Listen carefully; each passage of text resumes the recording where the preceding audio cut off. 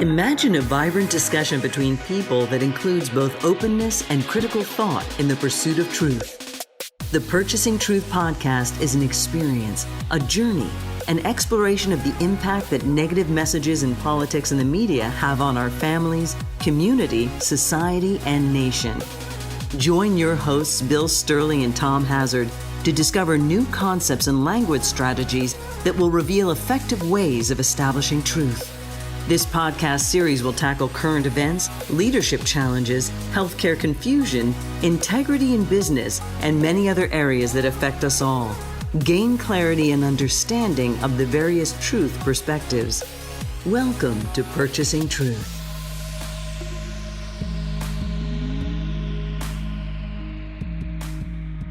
Welcome back to Purchasing Truth. I'm Tom Hazard, along with your host, Bill Stierle. And Bill, boy, there is a lot going on in our country today. A lot to talk about and think about with the death of George Floyd and the resulting protests and riots. And it is, I think, understandably stirring up a lot of extreme emotions in people. And I thought that, there are many things we could talk about this, obviously, today, but it's a big subject. It's a big subject, Tom. I don't want to try to pretend to tackle the entire subject. I mean, it would take days. But I thought that relative to language and communication and feelings, that there are some things we can talk about to try and help give people some perspective or some kind of understanding for how others are reacting maybe differently than they are, and maybe some of why. What do you think? Yeah, Tom. I mean, it is a big subject. Truth, racism, violence, looting. There's a lot of things that go into the experience of the tragic loss of a life. And also, on top of that, the current experience of being in quarantine, the current experience of 100,000 other deaths that north of 100,000 right now that we're sitting with. It's really a time of high emotion and high reactivity. And a lot of times those times really expose other loose ends that a society hasn't dealt with. So we got definitely a lot to talk about. And it's not something to take lightly, as well as either of us stretching to understand or even experience the full range of what racism means to people that are white, Caucasian, that are don't get that kind of thing coming at us. We can watch it, but when it's not coming at us, then we're not necessarily experiencing it. The level of oppression that takes place and the consistency of it.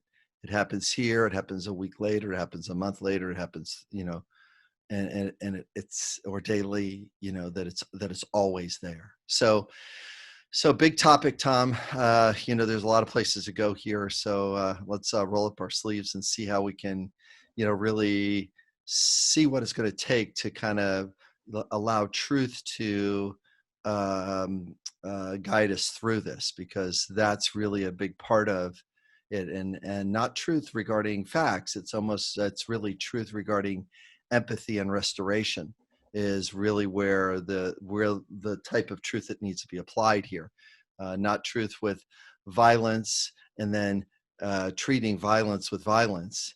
And there's a belief that, hey, if you just give them a 10-year sentence, that's going to make it go better. And clearly the person isn't really looking at numbers and really looking at the reality of it doesn't matter how long somebody's a sentence, they're still going to do the thing if you haven't dealt with the root issue.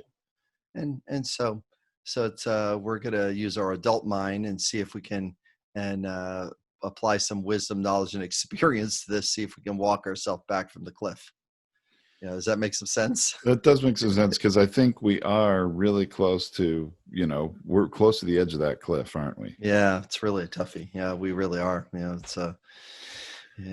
Well, so how do we begin to broaden our perspectives on these issues? And is it have to do with something internal to each of us and our experiences, or how do we start to get to understand better how people are feeling right now, how they're reacting, and maybe a little bit of why? And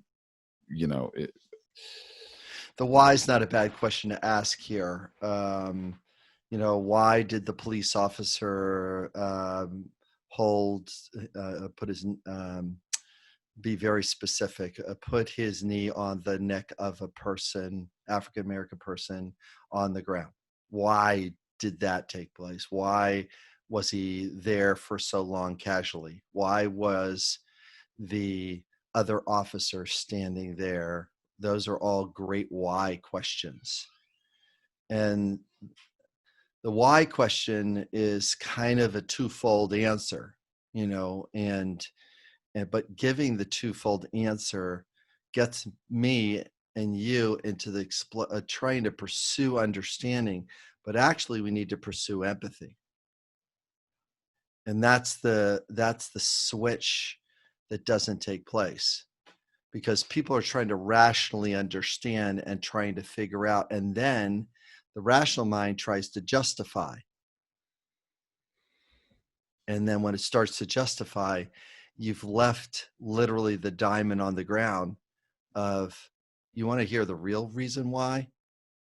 Is because when somebody feels helpless, they try to make somebody else feel helpless. Now, you might be thinking, Bill, what came out of that's left field? What do you mean when somebody feels helpless? Well, or feels or felt. If a police officer has felt helpless in the past and was traumatized in their childhood, had a tragic moment with an African American in the past and felt helpless about that, this is an opportunity to transfer helplessness back to another person. It's really unsettling to even talk about this for me. It's just unsettling. But I think it's important. Yeah, because it's a different kind of truth. The truth regarding empathy is that we've got to as a nation stop transferring pain to each other.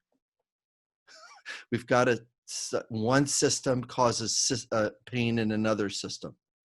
Another system causes pain in another system.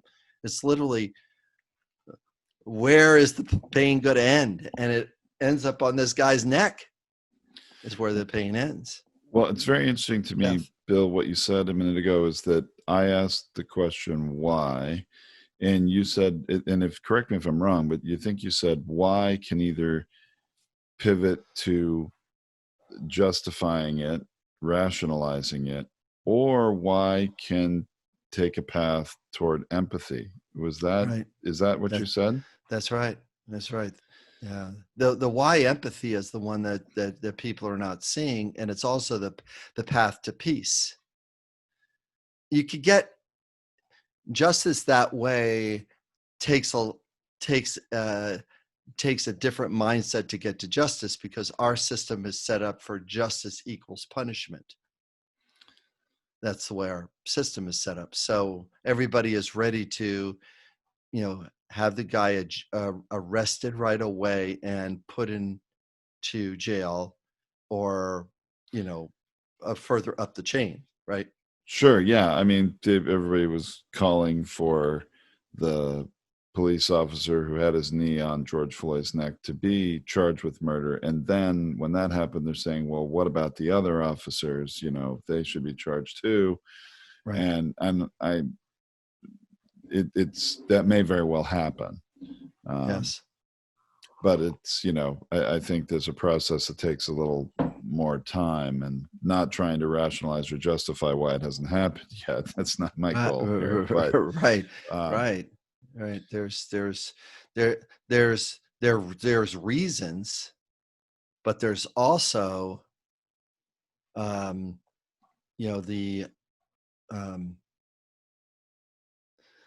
because there's one form of overreaction, it doesn't mean that there needs to be another form of overreaction is in the rational mind of the police officers and the things. Oh, we're not going to this one was an overreaction. We're not going to overreact. The only problem with that is, here it comes, the transfer of trauma goes into the environment, says, oh, you're not going to overreact? Well, we're going to overreact.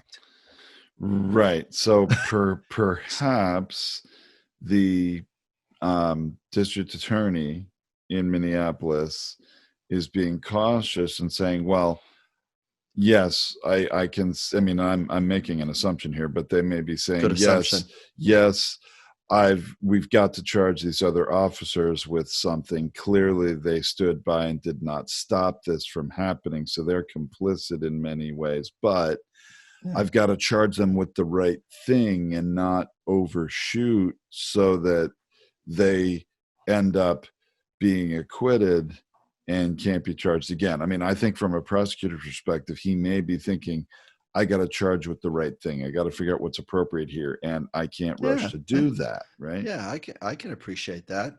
Well, I don't know, treat the system fairly, which means if that happens on the street, usually throw the perpetrator to jail and then figure out what it is. If it was an African-American person, they would have the person in jail for a week without seeing a judge or seeing an attorney until they found out what the charge was. Right. It's like, well, see, that's scary honesty. And look at how, there's a little bit of reality empathy of, if you're going after the need for fairness and you can detain an African-American person without being charged, not just for days or weeks, but months and sometimes years with people they haven't been charged with a formal crime, as if none of those people are in jail right now in different states going like, how could they not arrest that guy? I'm in for suspect, and there's no formal charge, and I haven't seen a judge for a year. So the system is not cutting evenly. So when we look at truth and racism and violence and looting, we've got to watch how trauma is being translated and how one version of fairness is not being evenly distributed. And Tom, our tax code isn't fair. That's true. And how that trauma is coming and hitting the economics of people that are trying to do the right thing, and they're going like, why do they get another set of rules? That doesn't seem fair. So if we're not really at the core of the value, the emotion's going to transfer to the next thing, to the next event, the next person. And of course, if we have somebody that's not aware of that, they'll just get in there and start adding more gasoline to the fire. As we could do the next episode on just the president's tweets and the lack of empathy and consciousness and awareness that those tweets caused the level of trauma. And, we've kind of, many of us early on had just about enough, and we're waiting for the pivot and and we're looking to be tolerant and then looking for justice, and then didn't find that. You want justice? Well, looting looks like justice, because you ain't listening. You're not allowing the court system to work.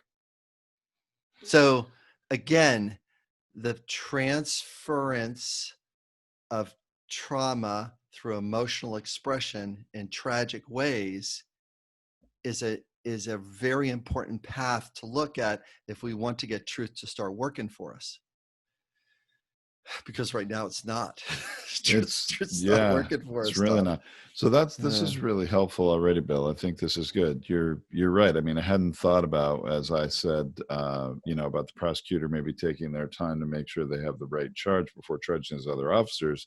You're right. A lot of people would be arrested on something, put in jail, and a lot of time I've actually seen this in more sort of financial crime litigations, like Oh against a yeah. corporate officer, where Yeah. they'll actually charge the suspect with one count of mail fraud or something, right? And Right. get them arrested, be able to do search warrants, start to gather more information, get the person out of the company, maybe arrested and in custody or out on bail or whatever. Uh-huh. But that's just the beginning. They continue and can add more charges later. So it's interesting. You're right. They probably could have charged those officers with something Right. to show the public, to communicate, hey, we hear you. We're not going to let them get away with it. But more to come on this. There may be more charges to happen. Yeah. But we're not just going to do nothing. Yes. We're not going to just do nothing. Something is happening. More charges. There's a swift action towards. See, when somebody steals something, right? When somebody steals money from something, or steals something from a store, they get arrested for that when they steal something, right? Yeah, usually. Yeah. I mean, right? if they get caught, right? If they get caught, they get charged, and you see a court. Hey, you stole this thing and stuff like that. Well, what happens if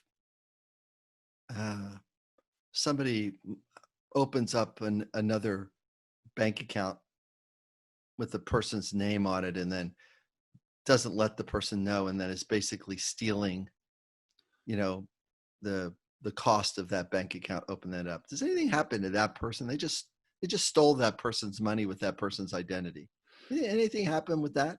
Well, they're still stealing something. They are stealing something. I mean, usually nothing happens immediately. The question is, do they get caught in the long run? And does a prosecuting attorney or a police department, does that get their attention?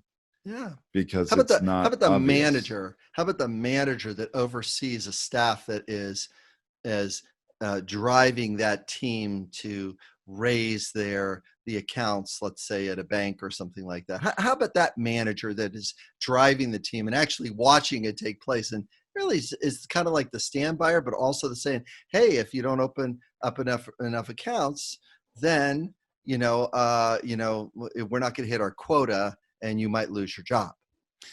How about that person? Let's charge that person and do that. See, I'm going down the literal path of Wells Fargo right now. Right. That's what I just did, is that none of those people, they lost their jobs. Some of them lost their jobs. Not all of them lost their jobs, which is also mind-blowing, but none of them face. And of course, here it is. Watch this one. Well, we return the person's money. You return the person's money? Well, that was only after you got caught. Right. Well, you weren't returning the person's money because you had a moral fortitude. You returned the money because the person got caught. Right. And there was no justice. I said, what happens if somebody's stealing a candy bar and getting 12 years for stealing a candy bar because it was their third felony, and they're sitting in jail for 12 years for stealing a candy bar? Well, at least it was a supersized. But I mean, that's literally what a Texas prosecutor said. It was a supersized candy bar for 12 years. I don't understand how that's a felony on its face personally, but I guess in certain states it is, huh? Wow, what a surprise. See, fairness is the trauma that's getting there's one of the trauma points that's getting transferred. And kind of people are a little pissed, at how fairness is a value that isn't really being worked. And the politicians aren't getting fairness done because they're locked in gridlock, because fairness for a rich person is different than fairness for a poor person, or even now for a middle class person. There's not fairness that's going around here. It's just not. So if I'm angry about fairness, I don't know, it seems like violence seems like a good idea. It's not fair. Therefore, I am going to be furious about fairness, because angry didn't work and aggravated didn't work. So furious is what you're going to get now. And maybe peaceful protest at some point didn't work further back there, right? I mean, we've done peaceful protests with gang violence. We've done peaceful protests with school shootings. Yep. We've done peaceful protests with, a lot, sexism and Me Too. We've done peaceful. Is that slowed down the rhetoric or increased the prosecutions? Nope. Not too much. No. Yeah. I mean, it raised awareness, but yeah, I agree. So wait, watch your body. Watch what's happening. There's a certain amount of numbness and complacency showing up. Don't worry about it. I feel it too. The numbness and complacency is, well, at least it raised awareness. These people are going like, would you like to raise awareness now? How about if we raise awareness now? Because we raised awareness in the past and nothing was done. Maybe we need to raise awareness now. You can see my body's actually working itself up right now. Yeah. I'm actually generating some adrenaline and cortisol in my body. Because there's a physiology that tracks with this, Tom, is that, the rational mind doesn't have a chance, with the emotional mind. And I prepared a couple of slides to charts to show everybody. So those. Let me put them up here, and you can tell people where we're, how they can find them and stuff. So with all these slides and charts, we're going to have at the blog post at BillStierle.com on the podcast page. There's a blog post right in the list there for this episode, which is Truth, Racism, Violence, and Looting. Is the title. And then also, you can either look at the slides or you can also watch this video. If you're listening as a podcast, you can watch the video, and Bill is putting the slides up in the video as he talks about them now. So if I'm furious, I am creating the biology that's necessary to be furious: adrenaline, cortisol, acetylcholine, norepinephrine. I am jacking my body up because I am freaking furious. Okay. Yep. The molecules of emotion transfer from cell to cell, and our bodies do not do well from a rational place when we're in a fight, flight, or freeze standpoint. Our bodies don't do well. If there is a perceived, real or imagined violent thing that's happening, our body will tend to overreact to that. And so we can get worked up at a rally, and all of a sudden there's a moment where a thought takes place, is that, yes, and I'm mad at this store for overcharging people. I'm mad at rich people, so I'm going to go to Beverly Hills and trash Rodeo Drive, because I'm really mad at that, mad and furious about that. And our physiology is going like, well, if justice isn't happening and there's not equanimity that's showing up, then I am going to act out. And yeah, I might get caught, but actually that's not on my physiological radar screen. I am not interested in talking about the pain that I'm experiencing. I'm going to transfer this pain to others to have a moment of feeling like I'm getting somewhere. It's not right. It's not just. It's most certainly not civil. but it's the way our biology works. It's just the way it works. And it starts simple.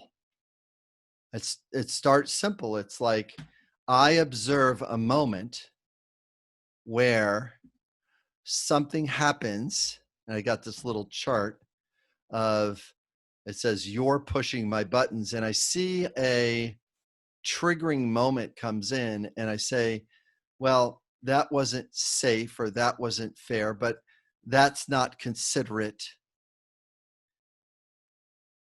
And if I'm dealing with my emotion at that time, I'm feeling irritated because the thing was either not considerate or kind or even just, but it was in Atlanta and I live in California, and that's their problem over there. It's not fully reaching me. So I push it aside. I don't deal with my irritation because some thing happened in another city or state. I go like, yeah, that's their thing. And media is making it bigger. I justify to myself. See, bad news. Media only does bad news, and they just pick this thing and they pick this thing, and media is just broadcasting it, to stir up. No, they're not. They're reporting a fact of something that happened in another state. A jogger went out, and the person's watching birds and asking somebody to put a dog on a leash because the dog's a little unruly and chasing the birds that he's trying to watch. And she goes, hey, the rule is to put a dog on a leash. And she goes, I'm going to call the police. I remember I saw the police. That. Yeah. There's a black man, So the stimulus is taking place and the irritation showing up. The problem though, Tom, is that, and the show is really about language, is that what we say to ourselves after that. What do we say to ourselves? And then how do we communicate to another human being that's saying, hey, listen, I feel a little irritated and a little tired and I need some consideration. Would you be willing to put your dog on a leash? Now, you might not have said it as compassionately as I said it. Would you be willing to? He didn't use that phrase. He said, listen, the rule in the park is to have dogs on leashes because you're kind of dogs running all over the place here. Now, he might have said it that way.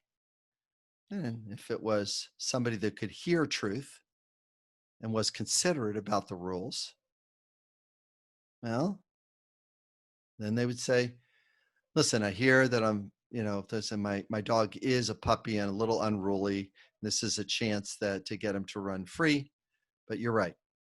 I'll be glad to put the dog on a leash.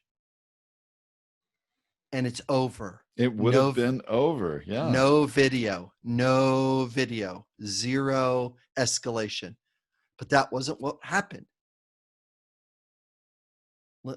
The police officers driving to go arrest George because there was a suspected forged check for $20. Suspected. Sure. I would say on a scale of 1 to 10, not a violent moment. It doesn't need to escalate to a violent.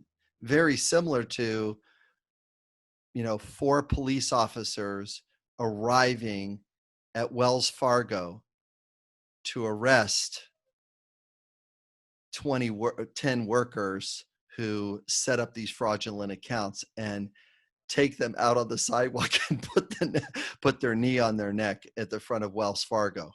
Although I would think, perspective and proportion wise, what those bank officers did was a greater crime than a $20 forged check. I think the proportion of fairness and justice here would easily work us up in perspective. Notice I'm trying to use as much restraint as I can right now as I'm explaining this. Yeah. Because if I'm sitting with an inherent bias, because the police officers, even though they get bias training, they don't necessarily get emotional intelligence and emotional sobriety training on how to treat something proportionally. They just don't. They're just going, here's a person of color. I'm going to treat it this way, and this will send a message, or this is what the level of this thing is. It's not at that level. It's not it's the person. I'm thinking of the girls took something from a dollar store. This little girl took something from the dollar store. Remember that? And the police treated it was like that they were rounding up a serial killer. Yeah, that was in Phoenix, Arizona. I remember, Bill, and we mentioned that in a past episode at one point. They actually drew guns on this car and scared these children, and I'm sure the adults, the parents, and the thing is like way out of proportion. Proportion. So what the brain does is that because of bias and because of trauma patterns, what it does is it starts telling a story. It's already coming preloaded in a violent way. The brain is, and the body is. It's already preloaded in a fight response. So the triggering moment shows up, and whether it's any one of these three examples, the button of consideration is, listen, I'm going to be a police officer in a compassionate way. What's your name? George. George, there's a report about a $20 check. Do you know anything about this $20 check? And is that real? But is the police officer, is it a part of their job to do that, to ask the person's questions to see what happened? No, the police officer is taking the person that's calling in's perspective as truth, not listening to the truth of what the suspect is. So the guy, now just turn this back on the birder. The birder in Central Park is going like, call the police. I have this on video. I think I'm in pretty good shape here. Right. Because that person's perspective is being captured accurately. But to the police officer hearing her call in, they're going, is this a rape, murder, violent murder situation that's taking, robbery, murder situation that's taking place to a white woman? And this, their bias is already escalated, and they're coming in looking for violence. And meanwhile, he's going like, I got this down. You're crazy, woman. Here, and I just captured bias on it. I just captured, racism and pulling the race card on phone. This is going to be great. They're not thinking that. They're thinking, well, at least I'm protected, I think. Yeah, I'm sure that the bird watcher filming that didn't have complete confidence that it was going to turn out the way that he hoped it would. He probably had a lot of fear that it could go south a number of ways. South. Yeah, it could go south. And so Tom, what happens is for those of you who are on audio, I've got a picture of a person where these thoughts are being generated in the person's head.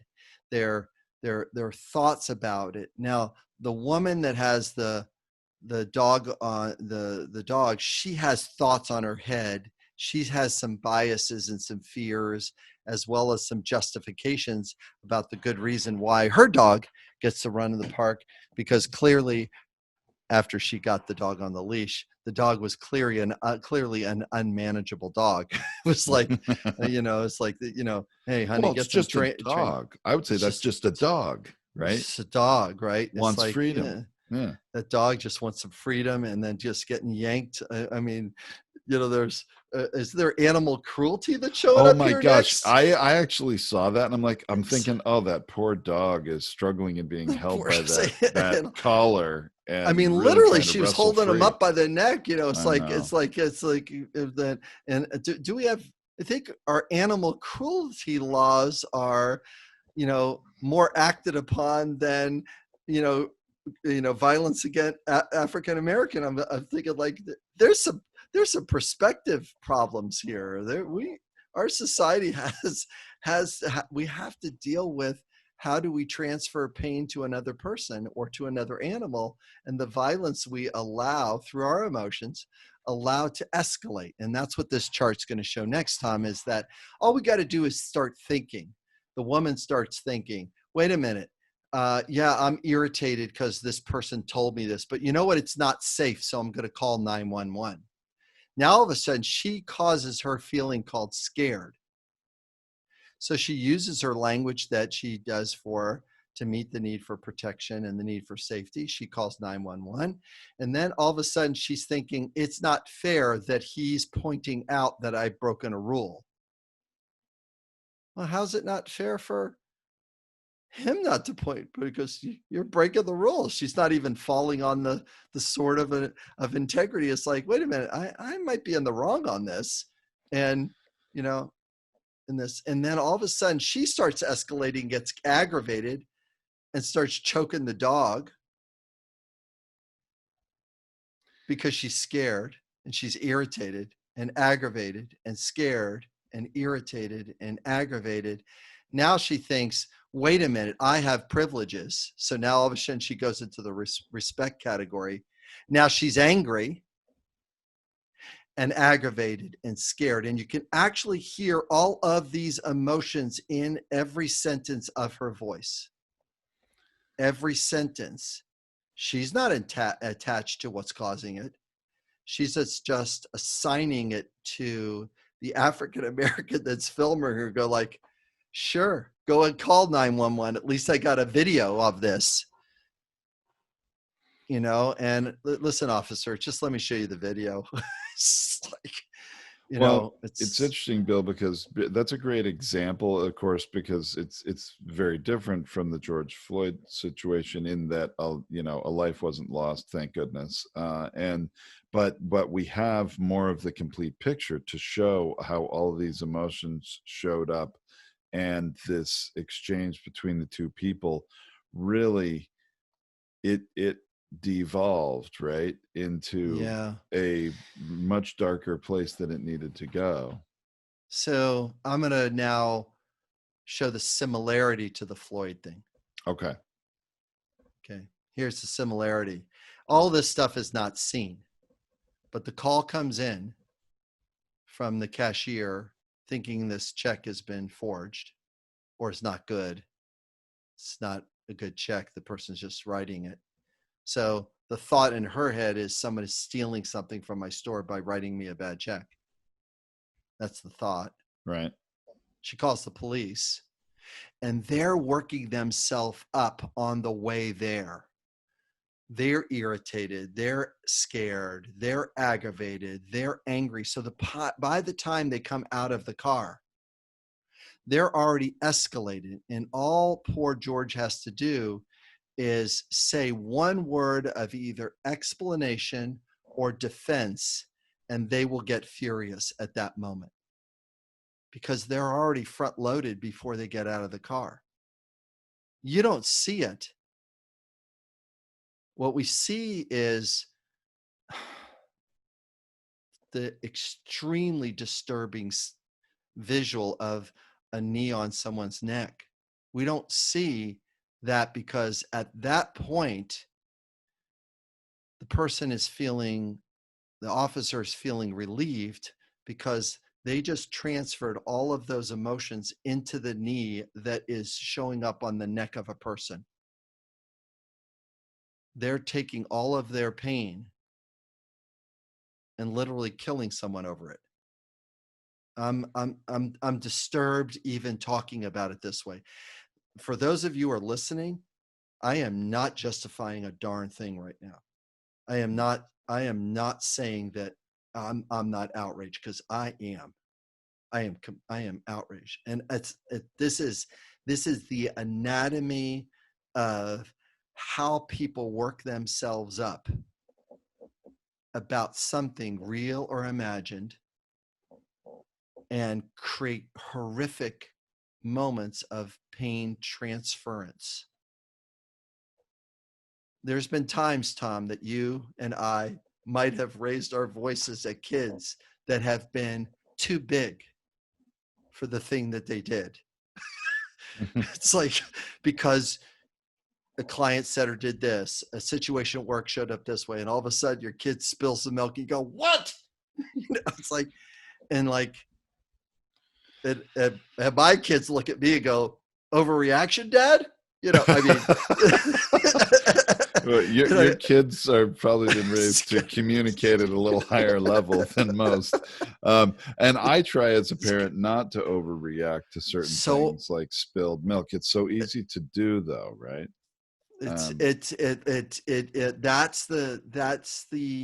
That is a moment of empathy right now. It's easy to overreact when you don't know what your needs are, how emotions work, how your thoughts are actually the culprit of this.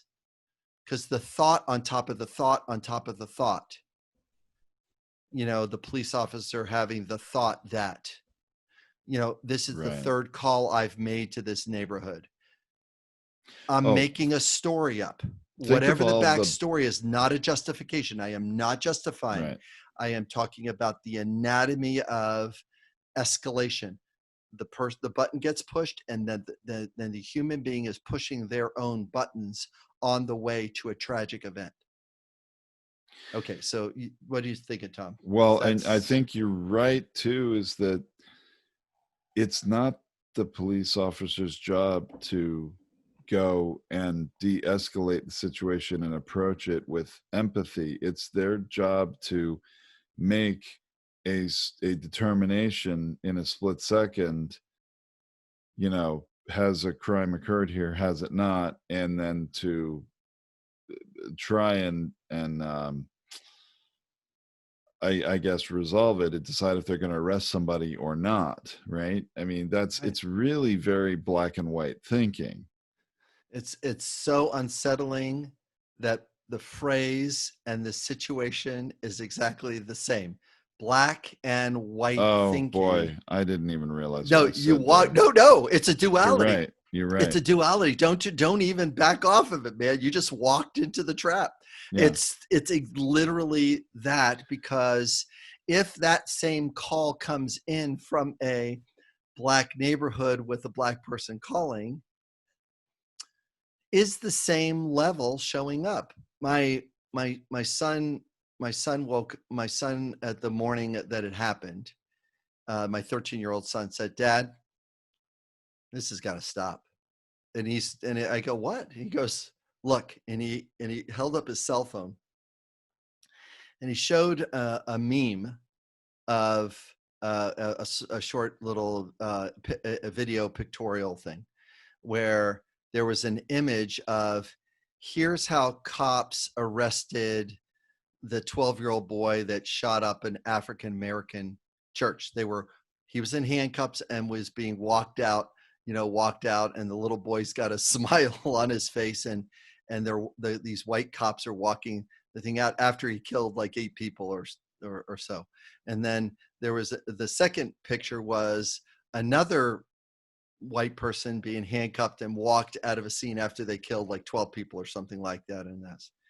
And then the next image shows, and this is what happened when an African American is reported to write a bad check, and this is how the police treat him. It was the stark contrast of the level of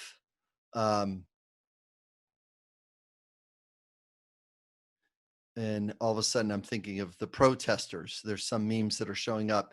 Here's white protesters with guns at a state house, and here's how the white police officers are treating them. Here's protesters, doing this, and there's to disperse the crowd so it doesn't get so big or whatever, they're shooting tear gas into it, and this is the way that crowd is dispersed.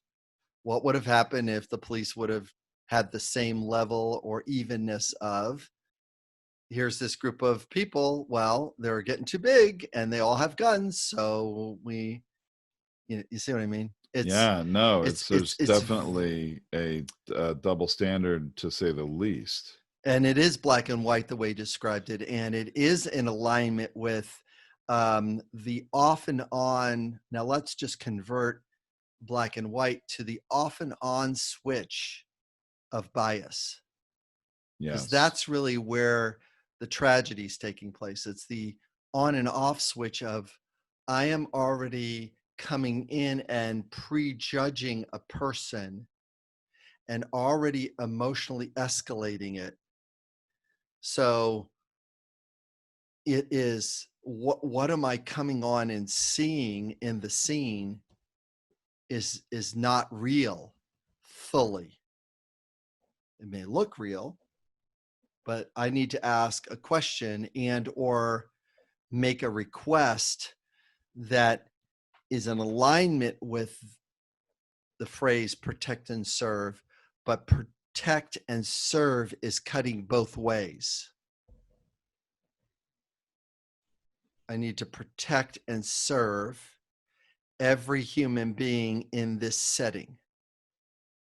Notice how difficult that is.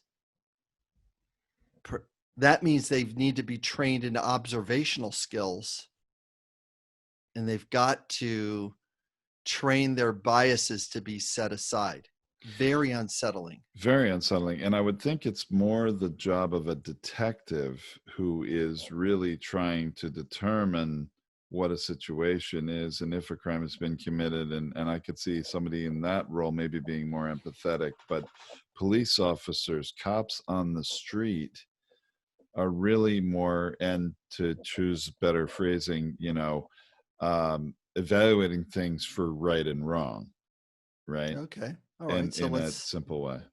Oh, okay. So let's take violence, extreme violence, since you said it's easier for a detective to do it. And I'm okay. Now you're gonna. Because they can't wait to hear what's happening next. Yeah. This is a great example, because this one's tough. This one's really a tough one, because this is a true story too.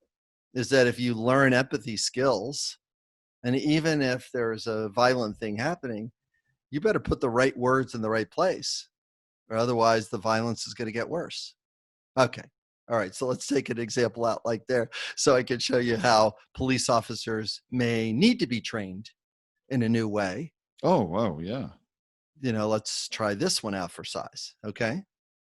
Yes. All right. So somebody that goes through training that's similar to the training that a nurse at a drug and alcohol rehab facility. She's the nurse at the front desk. Okay. Yes. And she goes through this training, and she learns, when somebody's escalated, you better use empathy. If somebody's being violent, you got to use empathy, and don't go into an explanation or problem solving. Even though you have the right answer, when violence is there, the right answer is not what's needed. What's needed is actually empathy first. So the situation is, she goes to this training. The next night, she's at her post, and usually there's two people at the front desk. And for some reason, because of there's people that are coming in high on stuff, or that are drunk, or in not good shape, and they're coming in and they're looking for some support, a bed to sleep in, to sleep it off, and they're looking for some help. So they show up at the front desk. If there's two people there, they can work off each other in order to provide the person support. At this one time, this one woman is there, and the other woman got called away. So now the one woman, that's, of course, as soon as the other woman's away, this person that was really high on a substance came in. It says, I need a bed. And as the person's explaining, well, sir, we're full tonight. The person then yells at her, don't tell me that you're full tonight. I need a bed. Jumps over the desk pulls a knife and now has a knife at the woman's throat.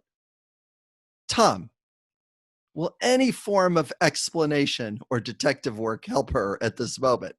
No. Not really. Not really. Of course, the person's high on a substance and now has a neck to the poor, receptionist nurse that's at the front thing. What do we say next to de-escalate somebody so we save our life? The person remembered the training. The training sounds like this. Do not explain or tell the person that they're wrong. Don't tell them, because if she comes out and says, but I don't have any beds for you, the chances of greater violence taking place is more likely. Does that make sense? Absolutely. Right. So she keeps her mouth shut and then says this following sentence. So you're angry and you need me to support you to get a bed. Is that correct? Yes. Hopefully they will say. That's what they did. Yes. And all of a sudden, the message sent is the message now received. I need a bed. I'm desperate. You're angry and you need me to support you to get a bed. Now, she knows she has no more beds, but it doesn't mean that she's not going to support him to get a bed. She'll send him to another facility. She'll make arrangements for him. She'll figure out how to warn or get the knife away from him if that's possible, or get some escort to make sure everybody's safe, on the other end, because this person's really struggling. Right. Next sentence. I'm guessing it'd be really helpful if you can get some care and get somebody to help you right now. Is that correct? Yes. Now all of a sudden, he's not holding the knife at her throat, because this is the person that is actually hearing her. The next sentence comes out of his mouth going like, I've been to 2 other places and everyone has turned me down. Now all of a sudden we have the backstory of what's going on in his head. No one is going to help me. I might die. I might kill somebody else just so I don't die. It's like, this is the level of desperation his head or his trauma is telling him. Again, I am not making his actions right. I am not justifying his actions. You and I are doing the anatomy of how to use language in order to de-escalate conflict, how to use fairness and support and mutual respect evenly across society.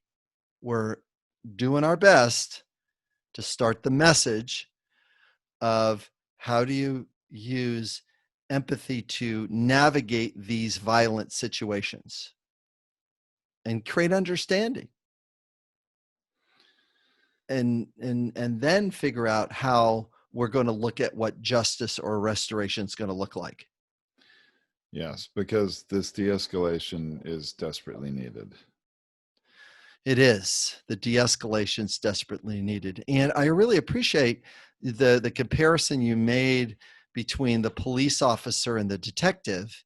Yeah, the detective is not dealing in an escalated situation. And yes, it's a little tougher on the police officer, because a part of their mindset is, I need to figure out where safety and protection is going to serve and protect. Who am I serving and who am I protecting? And are those 2 things done equally? Well, and for many people's experience, the answer is, well, no, it's not done equally. Protect and serve is not an equal sentence for all American citizens. And that's where the protestation is. That's where the protests are. The protests are really centered around that, Right. the equanimity and the equality of how two words, two very important needs that we have as human beings, protect and serve, how those two things are translated with a very specific kind of job that these individuals sign up for, and and go through the academy training in order to protect and serve, and what the rules are, and how do you create a civil society, and how do you arrest somebody, and how do you make it safe for others, and what do you do when there's a weapon, and all those wonderful things. Yeah, some police officers have empathy training, but I'm not thinking these ones that were standing there at the, pulling poor George, out from the store and walking him out the way they did, actually had that thing, that equal thing across their mind. They were transferring other things to his life and then his death. It's very, I'm just feeling so sad and disheartened about the whole experience. It's really deeply agree. disturbing, the loss of one life. And you and I have talked about the coronavirus and me losing my uncle over it. It's like, really we couldn't protect ourselves and be civil servants at the highest level? Really? It's losing one life, can get the protests going. Losing 100,000, there's no accountability and reaction other than, hey, they did a terrible job. Well, there's a terrible job that caused a lot of pain and suffering and trauma that moves throughout society. Economically, the economics aren't coming back for a while. Right. I ain't seeing it. Who wants to buy anything? What do I need it for anyways? Do I have food? Do I have shelter? Yes. Do I have family? Yes. Great. Screw working so hard. You see what I mean? It's like, sure. Right? It's like, what? All right. So I know I kind of went on a bit of a monologue there, but the escalation and the de-escalation of conflict. So let's walk ourselves back down. So before I come out of the police car, I've actually got to back off my overwhelmed or furiousness in my personal and professional life. I need to not come into work angry. I need to not be aggravated when I'm with the first call. I need to back off the feeling of scared. I need to get my need for safety met. I need to get my need for consideration for the environment. I need to de-escalate myself. My own emotional load has to come down. So then I'm coming out of the police car and go like, okay, we're starting this at a level 3 at best. What did the person get called in for? A check? Great. This should be a level 3 at tops. No violence is taking place here. Getting the person arrested? Not really necessary. Getting their contact information? Probably necessary to see if the check clears or not. See, that's the call. Instead of allowing our head to take place, Right. Could have been a story we never heard about. Could have been a story we never heard about in a multi-million-dollar trauma throughout our cities. It's multi-million dollar trauma. At least, I mean, with all the damage taking place, for sure. Yep. Yeah. So does that make sense as I'm backing this thing off? Because escalation can happen really quickly. Some people that are watching the video are watching me go up and down the escalation of emotions, and the de-escalation of, what's taking place here. Escalation, de-escalation. Our body can go up and down quickly. As you and I are even talking, you can feel yourself calm down just by even watching the chart, go back and forth like that, right? Yep. Yes, we can. Does that make sense? Yes. So Tom, what do we want to leave our listeners with? How can we best send them off with a little bit of hope and a little bit of, a sense that, something different can happen in our society? What kind of hope can we send them? I think we can I think all we can do, or maybe the best thing we can do, you and me as two admittedly white guys, right? Yeah, can sure. do is help give a little perspective or share something that might help us see things from a different perspective. And so this is, I want to share something that I saw posted by a friend on Facebook. The quote is attributed to somebody named Molly Mitchell. And it says, here's an example of how white privilege sounds. And immediately within the context of George Floyd and all these protests and riots. Okay. And it says, you keep saying it's horrible that an innocent black man was killed, but destroying property has to stop. And then it says, try saying instead, it's horrible that property is being destroyed, but killing innocent black men has to stop. And I think it's really kind of a mic drop moment. I mean, hopefully, if you're hearing this and you're like, wait, you want to do a double take, you might have to rewind and hear it again. But I mean, and we're going to have this quote in the blog post as well. This graphic of this quote, and it really does give you perspective, because first you might think the first statement, if that was you or me, Bill, saying that, is a perfectly rational statement, right? But then when you hear it flipped, you get some perspective, like, oh, let's keep our eye on the ball here, on the life lost, right? Or the lives being lost. That's right. That's right. Because it's not just his, it's others have already lost their lives over various different situations and circumstance and injuries that have taken place, with these various different situations. And there's a way, and there is a empathetic and emotional way to language this, so that you can honestly still have the sadness, which I do after hearing that, Tom, about how justice and fairness and my perception gets to shift to say, how am I seeing my own bias, and how am I applying an uneven, code of fairness here? And I need to upgrade my game, and upgrade my language and upgrade my thoughts, because I've got that thing, or I got part of that thing that is, that's a part of the problem.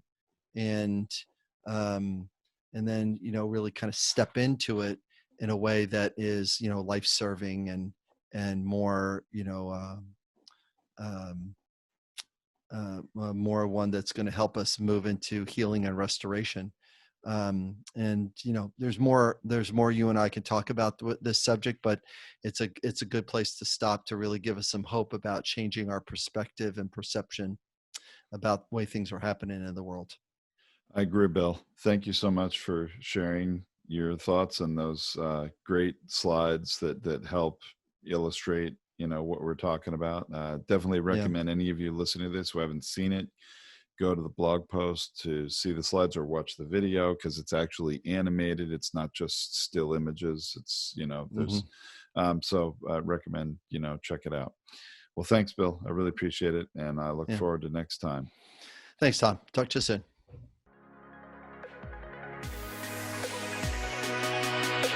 Thank you for listening to this Purchasing Truth podcast. We trust that you have enjoyed this engaging and thought-provoking conversation. Our hope is that you've received value, found clarity, and broadened your truth perspective in this episode. If you did, leave us a review or visit our website, purchasingtruth.com. Join us again for another informative and content-rich discussion here at the Purchasing Truth podcast. Don't just accept whatever information comes your way. Join the discussion. Discover your own voice. Purchase your own truth.